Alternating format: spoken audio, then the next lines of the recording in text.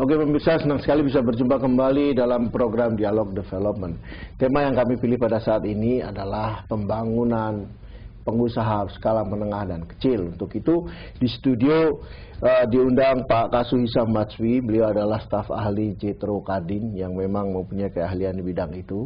Dan kenapa tema ini dipilih? Karena sebagaimana kita ketahui, sebagian besar bahkan hampir seluruh dari Angkatan Kerja Indonesia ini mengandalkan nafkah secara langsung ataupun tidak langsung pada usaha berskala menengah dan kecil yang justru seringkali merasa dianaktirikan oleh pemerintah, baik pemerintah pusat ataupun pemerintah daerah. Meskipun keluhan ini tidak sepenuhnya benar, tapi alangkah baiknya kalau kita kaji, apalagi kalau kemudian kita membandingkannya dengan apa yang terjadi di negara-negara maju yang di kepala orang Indonesia seringkali dianggap sudah tidak ada lagi pengusaha menengah dan kecil karena di sana adanya cuma yang besar-besar seperti Mitsui, Mitsubishi, Toyota dan lain sebagainya.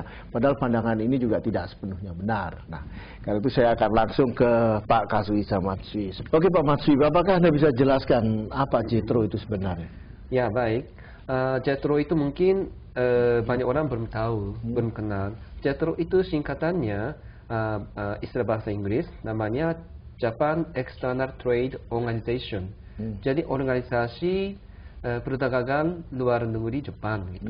Jadi tujuannya agar perdagangan luar negeri antara Jepang dan negara-negara lain bisa dikembangkan. Karena Jepang itu sangat tergantung sama barang-barang impor dari luar negeri. Maka kalau perdagangannya tidak dikembangkan, kegiatan ekonomi di Jepang juga tidak maju. Makanya jadi kami selalu berusaha bagaimana ekspor. Memang dulu Jepang mau promosi ekspor ke luar negeri, termasuk Indonesia.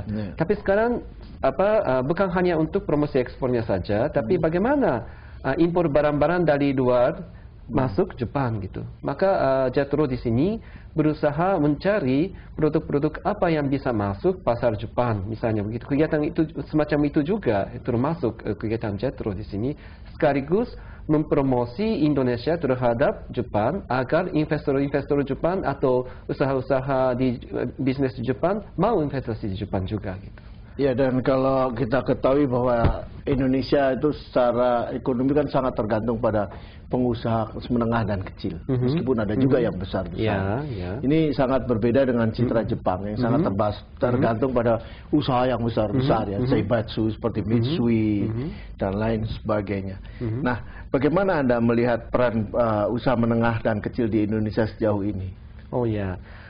Sebelumnya saya sedikit koreksi, pandangan seorang-orang di Jepang itu semuanya perusahaan besar itu. Menurut statistik,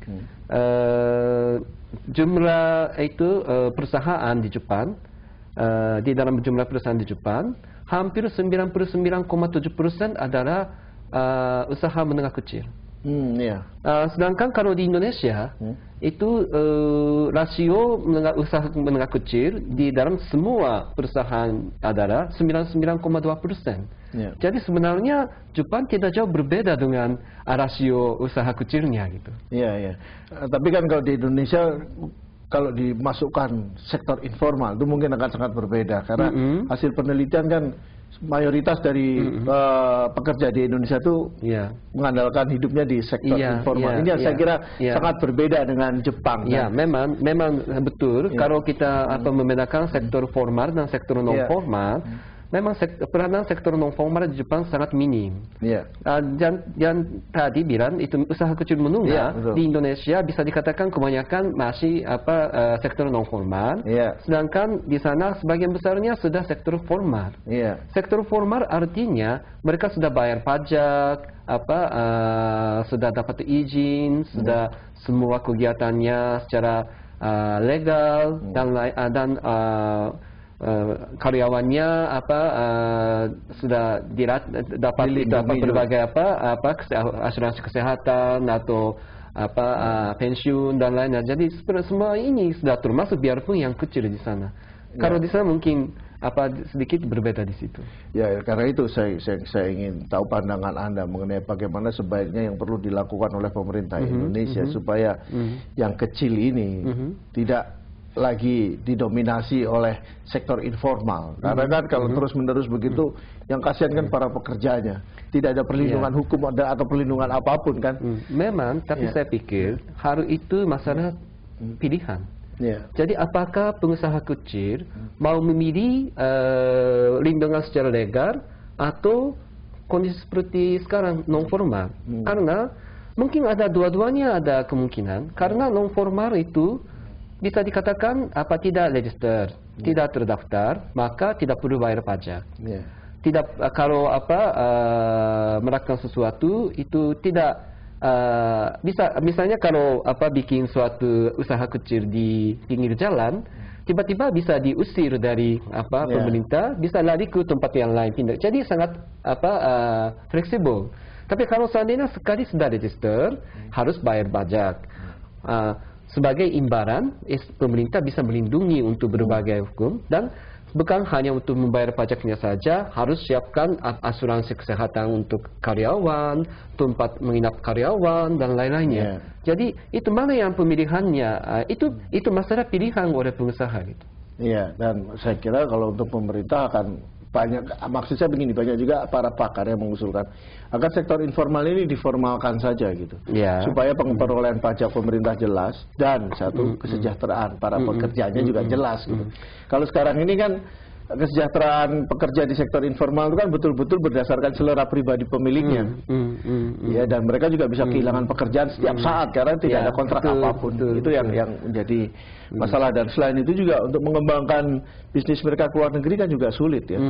Citro juga akan sulit untuk membantu mereka karena mereka sifatnya informal, tidak punya dokumen apapun. Bagaimana ya? Ya, saya pikir itu ada kaitan dengan pajak. Kebanyakan perusahaan di sini, terbaik yang besar maupun kecil, mau menekankan kalau bisa tidak mau bayar pajak kepada pemerintah.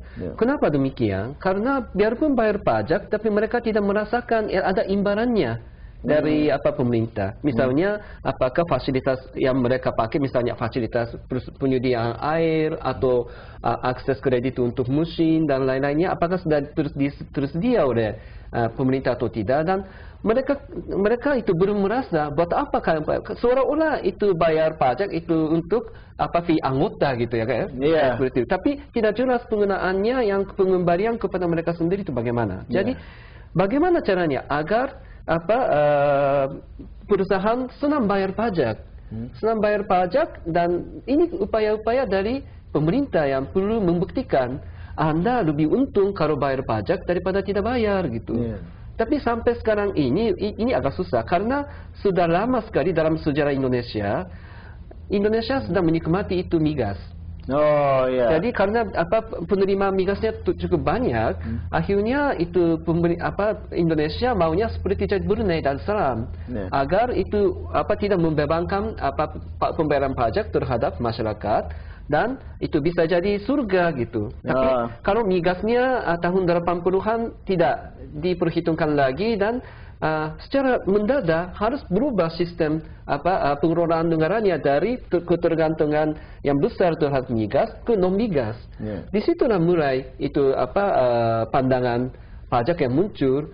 Jadi ini masih hanya 30 tahun. Saya kira pandangan terhadap orang, karena dulu sudah biasa sekali untuk tidak perlu bayar pajak karena ada migas semuanya. Jadi ini masih transformasi. Dan sekarang ini kan sekarang ini pemerintah sudah mulai menyadari arti penting pajak bagi pembangunan terutama. Tapi itu harus membuktikan penggunaannya benar atau sekarang tidak. Kan banyak orang yang mengusulkan perlunya transparansi penggunaan uang pajak.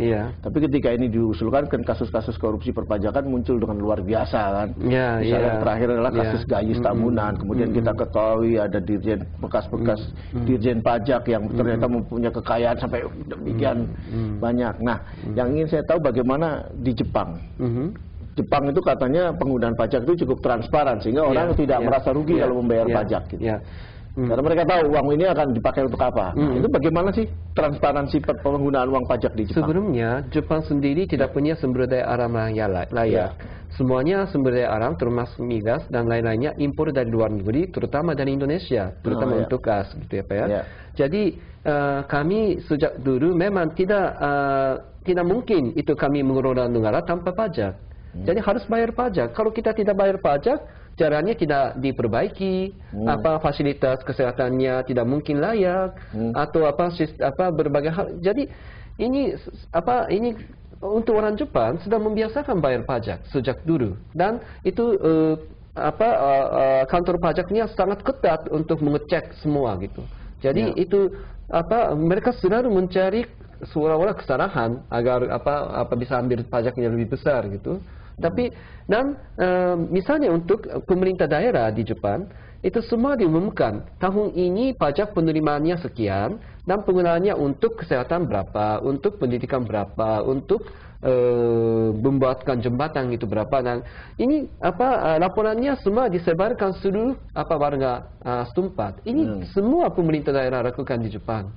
Jadi hal-hal seperti itu sudah transparan dan sudah melakukan pertanggungjawaban untuk memberitahukan transparansi terhadap masyarakat. Dan kalau seandainya ada pertanyaan, ada yang tidak jelas, bisa tanya langsung kepada pemerintah daerah.